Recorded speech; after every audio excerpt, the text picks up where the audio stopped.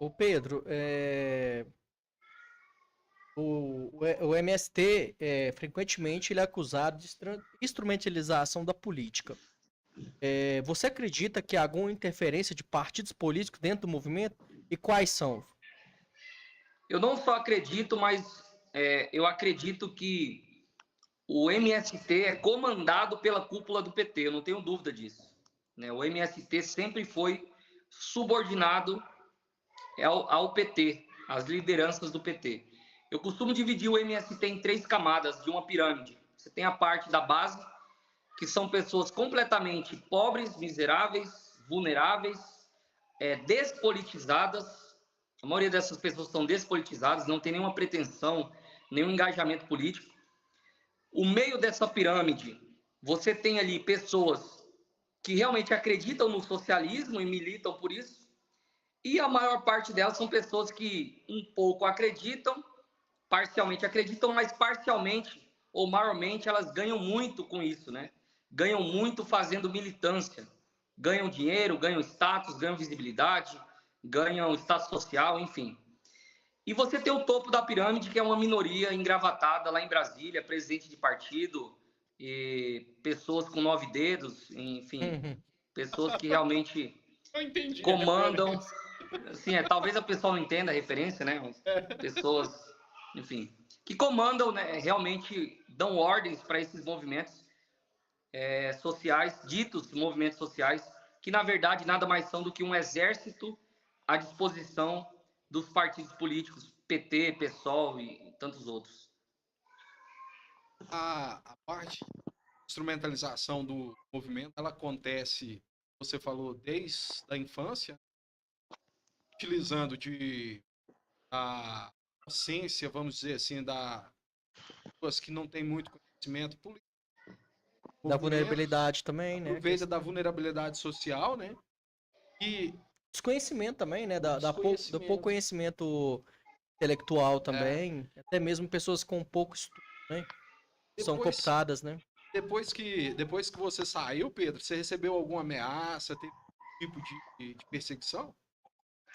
Só para abrir um parêntese, as pessoas, quem nunca foi pobre de verdade, eu costumo dizer, eu digo isso no meu livro, muita gente acha engraçado, mas é uma realidade. Minha família era tão pobre que quando a gente passava na rua, os pobres chamavam a gente de pobre, entende? E quem miserável, não foi pobre, né? Quem não foi miserável, quem não foi assim completamente dependente do Estado, né? Quem assim não foi na verdade alienado ao Estado, porque na verdade o Estado sequer me enxergava lá na ponta, não sabe que não dá para racionalizar, não dá para você tentar olhar com os olhos da racionalidade a pobreza. A pessoa não está preocupada que movimento que partido ela Sim. quer sobreviver. A maior parte dessa população, ela quer encher a barriga do filho, ela quer sobreviver, ela vai vender o voto dela mesma, ela vai fazer o que for possível, ela está num estado psicológico de sobrevivência. Né? Então, e é muito fácil você manipular pessoas assim. Tanto que uma das pautas que eu tenho batido muito ultimamente, até disse para você aqui nos bastidores agora há pouco, que eu tenho muito interesse em participar da assistência social no governo aqui da minha cidade. Por quê? Porque a direita acostumou bater tanto na pauta da assistência social que ela entregou completamente para a esquerda, e a esquerda gosta muito da assistência social. Enquanto a direita não aprender a fazer uma verdadeira assistência, não um assistencialismo, mas uma assistência real, não entender a necessidade de realmente lidar com as pessoas vulneráveis, a gente vai sempre criar meme na internet, fazer vídeo lacrando, e a esquerda continua dominando essa galera porque eles sabem muito bem fazer isso. Isso é muito importante abrir esse parêntese, porque se a gente não entender isso, o MST nunca vai acabar. Nunca vai acabar. Até um dado importante, se você oferecesse para 90% das pessoas que estão em um acampamento, se você oferecesse uma moradia popular, uma dignidade mínima para ela sobreviver na cidade, ela não quer saber de roça, ela não quer saber de interior, ela não quer saber de terra. Ela quer saber de morar numa casa. Ninguém quer saber de roça hoje, na verdade. Né? O cara fica rico hoje, compra uma roça para ir lá passar raiva. Ninguém quer capinar lote. Ninguém quer. A pessoa quer ficar na cidade, ter uma casinha, ter o emprego dela, sustentar a família dela e ter um mínimo de felicidade ali, a busca pela felicidade em conquistas e pequenas conquistas dela ali. Isso é a massa da sociedade, ela funciona mais ou menos dessa forma. Então, agora, respondendo a sua pergunta, era sobre se você sofreu algum tipo de represália, ameaça, depois que você saiu e decidiu expor esse lado do sistema. Então, outra coisa que é importante falar é que quando a minha história se tornou pública, ela foi a primeira, eu fui o primeiro, digamos assim, ex-MST que teve voz, né? Eu imagino quantos outros não saíram desse movimento porque enxergaram a corrupção lá dentro, tinham um mínimo de conhecimento para entender a máfia que era o movimento, ou foi expulso do movimento, que quis denunciar, que quis escrever um livro, que quis ir à imprensa, mas afinal não teve voz. Então eu posso dizer, esse privilégio, né, de ser essa primeira voz. Só que foi uma voz muito escandalosa, por quê? Porque assim que a minha história se tornou pública, assim que os vídeos começaram a viralizar, na semana o presidente Bolsonaro me convidou ao Palácio Alvorada e ouviu a minha história, isso foi tudo registrado, isso viralizou também na época, 2022, ali em setembro, né? Mas aconteceu algo muito importante, por quê? O presidente Bolsonaro, ele foi, para mim, obviamente, o melhor presidente da história do Brasil, né? Uhum. Ele trouxe a política, obviamente não conseguiu fazer um terço, 10% daquilo que você pretendia, por conta de que todo o Estado está aparelhado contra esse movimento que está chegando. Mas o fato é que ele também fez tantas coisas que não conseguiram se tornar tão virais, tão públicas, porque afinal foram muitas coisas, né? E uma delas que muita gente não sabia ou talvez não se atentava é que o presidente Bolsonaro, ele entregou mais de 500 mil títulos de terra para os assentados, os assentamentos, que inclusive assentamentos do Movimento Sem Terra. O Movimento Sem Terra, obviamente, não tem assentamento porque ele sequer tem um CNPJ, mas ele intermedia, através do movimento, pessoas para chegar ao INCRA e ter acesso ali a essa terra da reforma agrária. Mas olha só, quando eu gravei o vídeo com o presidente Bolsonaro, eu disse que o Bolsonaro era o libertador do povo sem terra. Por quê? Porque ele entregou mais título de terra do que o Lula, o FHC, aliás, o Lula, os dois mandatos do Lula, a Dilma e o Temer. Juntos, ou seja, esse cara que é um fascista, que é um ditador, ele entregou para os sem terra o título da terra que liberta eles das garras do movimento. Eles não têm que pagar penitência mais, que pagar pedágio para movimento. Eles são livres e agora proprietários da sua terra. Eles podem ter acesso a financiamento, eles podem ter acesso a inúmeros recursos do Estado que eles não tinham antes.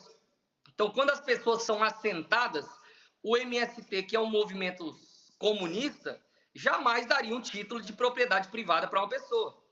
Então, quando o Bolsonaro chega, dá o título, isso se tornou uma bomba na campanha do Lula. Lembrando que eu estou falando de setembro de 2022, muito próximo da eleição. E eu recebi ligações, mensagens, vídeos de todo o Brasil, de assentamentos do Movimento Sem Terra que estavam queimando a bandeira do MST, olha só, e declarando voto ao Bolsonaro. Esse eu lembro. Foi vários. Eu lembro. Cara, foi uma loucura. E aí, não por menos, eu comecei a receber ameaças de morte de facção criminosa, comecei a receber ameaças do movimento, tive que tirar meus pais do assentamento onde eles moram, que inclusive se chama Assentamento Che Guevara, né, onde meus pais moram. Meus pais são pessoas referência simples. Boa, hein? Excelente, né? É o médico amado da esquerda, né? O maior psicopata da história da Revolução Cubana, enfim. Então, o que você tem? Você tem ali o Lula perdendo o voto de MST, cara. O Lula perdendo o voto de sem terra, de assentamento. Isso foi uma bomba na campanha do Lula. E aí começou toda a retaliação, né? Mas graças a Deus, mal sabiam eles que eu não vivo por proposta, eu vivo por propósito. E eu estava colocando a minha vida nisso, disposto a morrer mesmo pela causa. Se eu vim para... Se a minha história no Movimento Sem Terra ela existiu para que eu pudesse alertar as pessoas, então esse é o meu propósito. E hoje eu estou aqui, inclusive, esse livro, né, foi rejeitado, já sei que a gente vai falar dele depois, mas está aqui, ó, Face Oculta do MST. Esse livro foi rejeitado por editoras que não tiveram coragem de publicá-lo. Eu fiz uma autopublicação, criei uma editora para poder publicar esse livro. E hoje ele está em todas as livrarias conservadoras do Brasil, livraria inclusive do Nicolas Ferreira, livraria do Eduardo Bolsonaro, livraria da Ana Campanholo, todos os nomes da direita hoje, do Olavo de Carvalho, inclusive, tem a Face Oculta do MST. Lançamos esse livro na Frente Parlamentar do Agronegócio, em Brasília, para mais de 50 deputados federais. Estamos hoje aí fazendo um trabalho cultural para mostrar para as pessoas do que se trata esse movimento terrorista, essa seita religiosa e esse exército político, exército vermelho à disposição do Partido das Trevas. Pedro, você comentou aí sobre a questão, até de fazer uma pergunta, né, referente a isso, você comentou sobre a questão do ex-presidente Bolsonaro ter dado o título de terra, né? Eu queria fazer uma pergunta para você, na verdade são duas. Quando você estava à frente dessa, até mesmo quando você ficou à frente do Bolsonaro, e depois você foi participando da campanha dele, você deve ter recebido muitas, na verdade, enxurradas, né, de pedidos de pessoas para poder ajudar a ter a terra deles. A minha pergunta é a seguinte, quando o Bolsonaro foi dando esses títulos de terra, você estava no acampamento? E a outra pergunta é a seguinte, o que isso ocasionou dentro do movimento? Enfraqueceu ele muito? Você acha que eles perceberam que eles poderiam ali, com esses novos títulos, receber seu título de terra e sair das garras do MST? Então, as pessoas que recebem o título da terra, vamos lá. Primeiro a gente tem que entender que a maior ferramenta que nós temos hoje para lutar contra a esquerda são as redes sociais, né? Então, o que eu pude fazer, eu só pude fazer, o que eu fiz, na verdade, eu só pude fazer porque as pessoas hoje, mesmo as pessoas mais vulneráveis, mais miseráveis, elas têm acesso hoje à internet. Elas têm um celular na mão, elas preferem deixar de rebocar a parede para comprar um celular que seja, para ter acesso à internet. Então, o conteúdo hoje chega a essas pessoas. E quando a minha história se tornou viral, as pessoas passaram a se identificar com ela. Porque alguém dizia, não, isso é um ex-MST fake. Aí eu começo a falar sobre mística, eu começo a citar os poemas do movimento. Eu vou citar um poema aqui para escandalizar vocês um pouquinho, que é um poema que eu aprendi com 11 anos de idade, já no Movimento Sem Terra, que era um poema, inclusive, que era usado para criticar os Estados Unidos, que na época o presidente era o George W. Bush. Então, foi feito esse poema nessa época para criticar o imperialismo americano, né? E aí, o nome do poema que as crianças aprendem no movimento se chama Satanás Desocupado. Só para vocês terem uma dimensão. É mais ou menos assim. Satanás Desocupado teve uma ideia infernal. Foi criar uma serpente para fazer somente o mal. Pegou 10 cachorros doidos, leite de canguru, urina de 3 gambás e a tripa de urubu. O espírito de Caim, cachaça de cana preta, 20 quilos de maconha e a capa do capeta. 1 litro de gramocil, algumas bicheiras de porco, 20 doenças do mundo e um maribondo caboclo. Tudo isso foi colocado numa panela para ferver e assim criou forma de gente como o diabo quis fazer. Satanás, achando pouco, misturou merda de porco até achar que ficou a puxa. E ao soltá-lo pelo mundo, batizou o vagabundo por George W. Bush. Ou seja, esse é o amor da esquerda, né, pelos capitalistas. Então, esse tipo de coisa bizarra, a gente aprende com muita frequência nos acampamentos. Só que eu saí do assentamento, né, já não era mais acampamento, nós já estávamos dentro da terra. Então, as pessoas saem da lona e vão para suas terrinhas, né? Só que ali se torna uma favela rural. Um lugar onde cada um tem a sua terra, mas não há prosperidade, não há produtividade, as pessoas não sabem lidar com a terra, elas não têm estrutura financeira para produzir na terra, então elas têm uma casinha e ficam morando ali. Muitas pessoas vendem a terra, 90% das pessoas que tentaram legalizar a terra já não são mais os primeiros proprietários, porque grande parte delas vende e aí vai comprar uma casinha na cidade, quando muito, né? Geralmente a terra não é tão valiosa assim. E pouco tempo depois elas estão na miséria de novo e um classe média da cidade compra a terra para fazer uma chácara de final de semana. Então é um misto de coisas que acontecem. Mas o fato é que eu saí do assentamento com praticamente 20 anos de idade. Hoje eu tenho 33 anos. Então a minha libertação já se deu há muito tempo, né? A minha história viralizou, de certa forma, recentemente, mas a minha saída do acampamento se deu a faixa de 20 anos de idade. E eu demorei aí quase, sei lá, uns 7 anos para realmente me libertar completamente, porque afinal é uma ideologia tão influente, né? É um pensamento tão religioso e é de fato uma lavagem cerebral que leva muitos anos para a pessoa conseguir voltar ao seu estado normal. E só é possível se libertar. Eu digo que esquerdismo é uma doença mental. E a única cura, né? A única cura, de fato, a única libertação do marxismo só é possível através da verdade. Então, foi o Evangelho de Cristo quem me libertou, foi a Bíblia Sagrada e foi o seminário teológico, quando eu comecei a fazer, que eu realmente entendi que cristianismo e marxismo não apenas... eles são antagônicos, eles não podem coexistir um ao outro.